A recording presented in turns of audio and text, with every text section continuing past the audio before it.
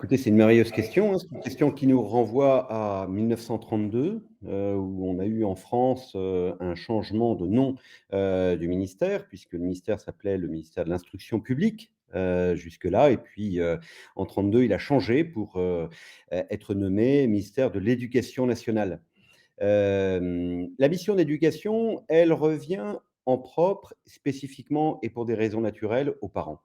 Donc, la première mission d'éducation, qui revient aux parents, doit être, mise en avant par ce terme, au sens où il est holistique, il est, total, il est, intégral et donc, la mission d'éducation, elle concerne, tout l'enfant, toute la personne.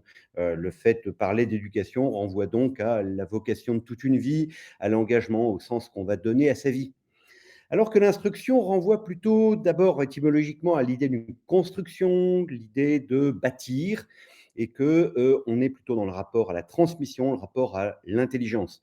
Évidemment, ce n'est pas sans conséquence sur, la formation intégrale de la personne dans la mesure où, à partir du moment où on parle de la formation de l'intelligence, ça va avoir des conséquences sur toute la personne et on le sait bien avec les idéologies, on le sait bien avec, certaines parties des programmes scolaires sur lesquels il nous arrive de nous battre pour réordonner ce qui a besoin de l'être ou rendre un peu plus cohérent des programmes d'histoire, des programmes d'éducation civique ou de sciences de la vie et de la terre. L'éducation est vraiment de la charge des parents, de la charge de la responsabilité des familles, l'instruction plutôt de la responsabilité de l'école. Mais que, évidemment, l'instruction a une résonance et une charge intégrale dans la formation de la personne.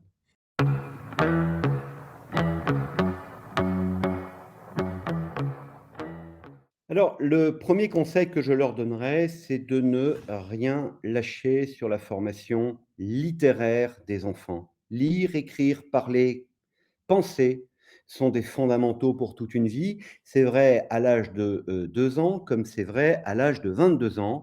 Un enfant, un grand jeune, a besoin d'une formation littéraire, solide par, l'écriture, par la lecture, par l'approfondissement et par la conversation, familiale, pour structurer sa pensée et surtout pour structurer sa liberté de penser. Je pense qu'il est très important, eh bien, en début d'année, vous savez cette image, cette allégorie du vase dans lequel on met les grosses pierres, puis les plus petites, puis les graviers, puis le sable, puis l'eau.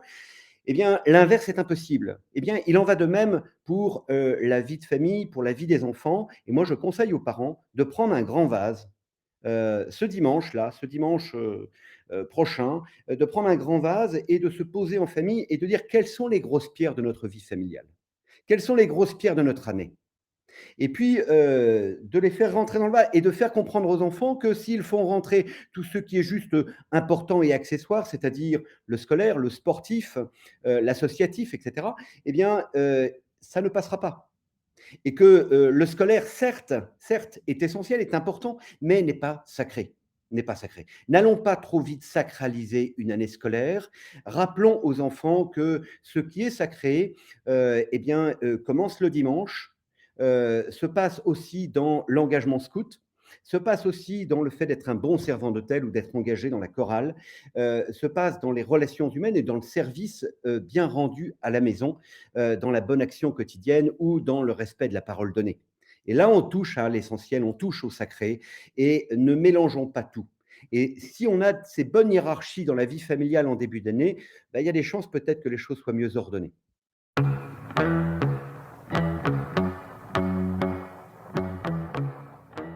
Et je pense qu'effectivement, aujourd'hui, celui qui, se soumet ainsi, sans prendre le temps de la distance par rapport aux situations, aux décisions, aux masques, aux passes, aux tests et cetera, eh bien, se prépare à, devenir, une marionnette, dans la main du Léviathan.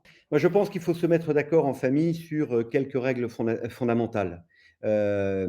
S'il y a un élément qui est intéressant dans cette crise que nous traversons, c'est davantage d'hygiène élémentaire, dans la vie quotidienne et notamment pour, nos jeunes. Qu'on se mette d'accord sur des règles fondamentales et qu'on s'y tienne.